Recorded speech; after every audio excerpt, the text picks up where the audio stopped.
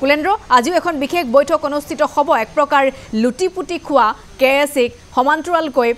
অবশেষত গৈ যেনে ধৰণৰ কুকাণ্ড কুকীৰ্তি পোহৰলৈ আহিল গোকুল বৰ্মনৰ তাৰ পাছত এক প্ৰকাৰ জাবৰ চাফা হল বুলি ক'ব লাগিব কেএছিৰ পৰা এতিয়া নতুন কোনে সেই পদত অধিষ্ঠিত লাভ কৰিব আজিৰ সেই প্ৰশ্নটোৱে সকলোৱে জানিবলৈ বিচাৰিছে বা কোন কোন চৰ্চাত আছে কেনেধৰণে এই প্ৰক্ৰিয়াখিনি আৰম্ভ হ'ব আজিৰ সভাত সেই বিশেষ আলোচনা হ'ব গতিকে কি জানিব পাৰিছে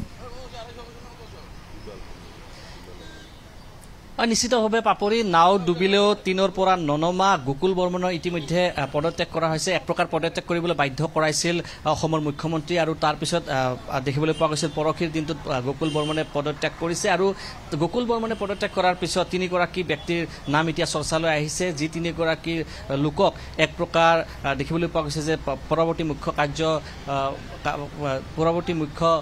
আপোনাৰ কাৰ্যবাহী সদস্য পদৰ বাবে নাম চৰ্চাত আহিছে প্ৰথম নামটো হৈছে অতুল ৰায় তেখেত ইএম হয় জীৱেশ ৰায় তেখেতো ইএম হয় আৰু তাৰ সমান্তৰালকৈ প্ৰদীপ ৰায় এই তিনিগৰাকী ব্যক্তিৰ নাম ইতিমধ্যে চৰ্চা চলি আছে বঙাইগাঁওকে ধৰি কমতাপুৰ সাহিত্য পৰিষদৰ অধ্যক্ষিত অঞ্চলসমূহত আৰু তাকে লৈ পেলাই জল্পনা কল্পনা অধিক হ'বলৈ ধৰিছে আজিৰ দিনটোত আমি দেখিছোঁ যে এখন সভা আছে আৰু সভাখনত প্ৰায় ২২টাকৈ জাতীয় সংগঠনক ইতিমধ্যে নিমন্ত্ৰণ কৰা হৈছে জিলা প্ৰশাসনৰ তৰফৰ পৰা য'ত ২২টাকৈ দল সংগঠন উপস্থিত থাকিব সীমা নিৰ্ধাৰণৰ কথা আলোচনা হ'ব তাৰ সমান্তৰালকৈ নিৰ্বাচন কেন্দ্ৰিক আলোচনা হ'ব মোৰ সৈতে আক্ৰাসুৰ সভাপতি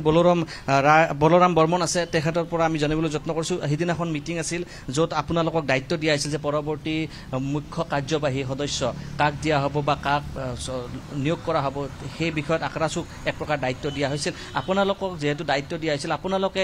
এতিয়া কিমান দূৰ আগবাঢ়িছে বা কোনে পাব মুখ্য কাৰ্যবাহী চকীখন চাওক প্ৰথমত যেতিয়া গোকুল বৰ্মনৰ এই সমস্যাটো লৈ মানে বহুত বিতৰ্ক চলি থকাৰ পিছতে আমাক জয়ন্ত মল্ল বৰুৱা ডাঙৰীয়া আমাক গোটেই ৩টা আক্ৰাসুক আমাক মাতিছিল মাতাৰ পিছত এটা কথা কৈছিল কি মানে চিফজনক যিহেতু চেঞ্জ কৰিবই তো আপোনালোকে এজন মানে ভাল মানুহক দায়িত্ব অৰ্পণ কৰিব লাগে বুলি আমাক এটা নাম পঠাব কৈছিল কিন্তু সেইটো শেষত আমি চালোঁ কাউন্সিলখনত ইলেকশ্যন নাপাতিব বুলি শেষত আমি দেখা পালোঁ কাউন্সিলখনৰ ইলেকশ্যন এই যোৱা দুদিনৰ যিখন বৈঠকত তাতে আমি আলোচনা কৰাৰ আমি দেখিবলৈ পালোঁ অতি কম সময়ৰ ভিতৰতে মানে নিৰ্বাচন পাতি অধিক শক্তিশালী কৰাৰ ৰূপত কমতাপুৰ অট'নমাছ কাউন্সিলখন যাতে গঠন কৰিব পাৰে এটা প্ৰচেষ্টা আমি দেখা পালোঁ তাৰ কাৰণে আমি চৰকাৰক ধন্যবাদ জনাইছোঁ আৰু এটা কথা ক'ব বিচাৰোঁ কমতাপুৰ অট'নমাছ কাউন্সিল কেৱল কোচ ৰাজবংশীসকলৰ নহয় কমতাপুৰ অট'নমাছ কাউন্সিল অঞ্চলত বসবাস কৰা বিভিন্ন জাতি জনগোষ্ঠী প্ৰত্যেকটো জাতি জনগোষ্ঠীয়ে সন্মানসূচকভাৱে সকলোৱে একত্ৰিত হৈ যদি আমি কমতাপুৰ অট'নমাছ কাউন্সিলৰ এই এলেকাটো যদি আমি ঠিক নকৰোঁ তেতিয়াহ'লে ভৱিষ্যতে কিন্তু এই অঞ্চলটো যি ধৰণৰ আগ্ৰাসনৰ বলি হৈছে সেইটো আগ্ৰাসনৰ বলি কিন্তু আমি নিশেষ হৈ যোৱাৰ এটা পথত আমি যাম সেইকাৰণতে মই আহ্বান জনাইছোঁ আপোনালোকৰ জৰিয়তে কমতাপুৰ অট'নমাছ কাউন্সিলখন অধিক সুন্দৰ কৰাৰ ক্ষেত্ৰত চিলাৰায় নৰনাৰায়ণ যি কমতাপুৰ ৰাজ্য যেনেকৈ চলাইছে তেনেকুৱা এটা পৰিৱেশ আমি আনি বিভিন্ন জাতি জনগোষ্ঠীক আমি একেলগে লগ কৰি আমি কেনেকৈ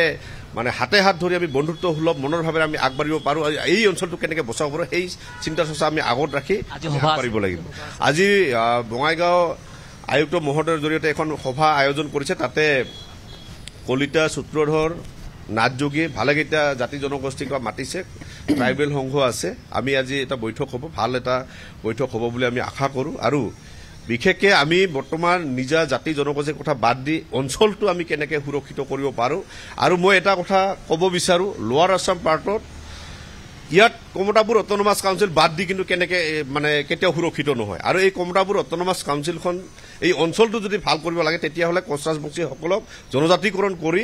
আমাৰ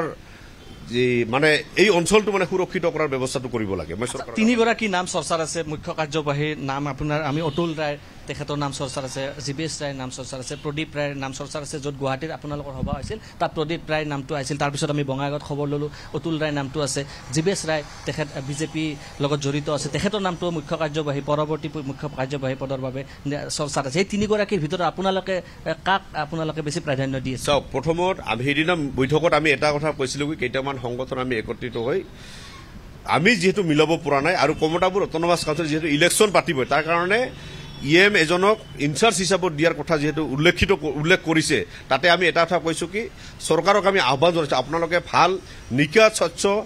ভাল সকলোৰে লগত মিলিব পৰা এটা মানৱতা থকা এজন ব্যক্তিক আপোনালোকে এই চিটটো দিয়ক এইটো আমি তাতে হস্তক্ষেপ কৰিব বিচৰা নাই আপুনি যি তিনিজনৰ ব্যক্তিৰ নাম ক'লে তিনিজন ব্যক্তিৰ যোগ্যতা আছে লগতে কমলাপুৰ অট'নমাছ কাউন্সিল আৰু আছে যোগ্যতা থকা ব্যক্তি তাতে ভাল এজন ব্যক্তিক এনেকা এজন ব্যক্তিক দিব লাগে য'ত প্ৰত্যেকটো জাতি জনগোষ্ঠীৰ বিভিন্ন দল সংগঠনৰ লগত মিলা প্ৰীতিৰে ভাল এখন যাতে কাউন্সিল পৰিচালনা কৰা যাতে সি আগবাঢ়িব পাৰে তেনেকা মনোভাৱ থকা ব্যক্তিকহে মই দিবৰ কাৰণে মই আহ্বান জনাইছোঁ আপোনালোকৰ সংগঠনৰ তৰফৰ পৰা মানে চৰকাৰকে দায়িত্ব আমাৰ ফালৰ পৰা আমি চৰকাৰকে দায়িত্ব অৰ্পণ কৰিছোঁ আপোনালোক চৰকাৰে যাক ভাল পায় কিন্তু এনেকা হ'ব নালাগে দমফালি মাৰা নিজৰ খালী ব্যক্তিগত অহংকাৰ দেখুওৱা মানুহ যাতে তাতে স্থান নাপায় যিসকল ব্যক্তিয়ে সঁচা অৰ্থত ৰাইজৰ কাম কৰিব বিচাৰে বিভিন্ন জাতি জনগোষ্ঠীৰ প্ৰত্যেকটো মানুহক যাতে লগত লৈ যাতে মানৱতাৰ দৃষ্টিৰে যাতে আগবাঢ়িব পাৰে তেনেকা এজন ব্যক্তিক আমি বিচাৰিছোঁ কালি আমি দেখিছিলোঁ সামাজিক মাধ্যমত গকুল বৰ্মনে পুনৰবাৰ নিজকে ধোৱা তুলসীৰ পাত সজাবলৈ যত্ন কৰিছিল ছ'চিয়েল মিডিয়াৰ জৰিয়তে এক প্ৰকাৰ আমাৰ এটা বাতৰি প্ৰচাৰ কৰি পেলাই আমাকো সমালোচনা কৰিছিল কি ক'ব এই ক্ষেত্ৰত চাওক আজি মই দেখা পাইছোঁ আপোনালোকক সংবাদ মাধ্যমক অলপ জগৰীয়া কৰিছে মই গকুল বৰ্মন ডাঙৰীয়াক এটা কথা ক'ব বিচাৰোঁ যদি সঁচাকৈ যদি এইটো নহয় তেতিয়াহ'লে আইনৰ ব্যৱস্থা ল'ব লাগে আইনৰ ব্যৱস্থা ল'লে গোটেই বস্তুখিনি ওলাই আহিব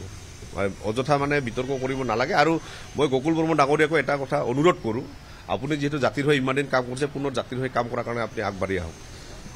কুলেন্দ্ৰ আজিৰ বৈঠকখনৰ পাছতে সেয়া স্পষ্ট হৈ পৰিব যে নতুনকৈ কোনে দায়িত্ব ল'ব CEMৰ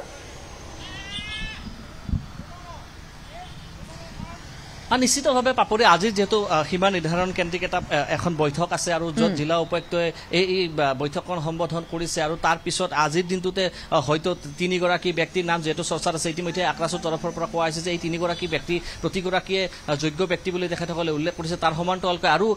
তাত যোগ্য ব্যক্তি থকা বুলি উল্লেখ কৰিছে আৰু চৰকাৰকে আক্ৰাছু বলোৰাম যেহেতু সভাপতি তেখেতে মন্তব্য কৰিছে যে বলোৰাম বৰ্মনৰ মতে চৰকাৰে এক প্ৰকাৰ পৰৱৰ্তী ভাৰপ্ৰাপ্ত মুখ্য কাৰ্যবাহী সদস্য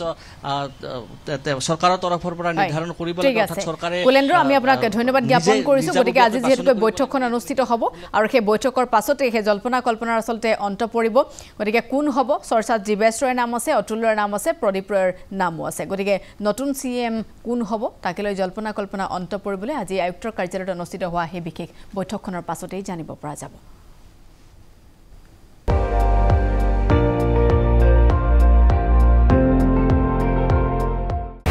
আপুনি চাই আছে ND24 সৰ্বশ্ৰেষ্ঠ নহয় সৰ্বোত্তমৰ দৌৰ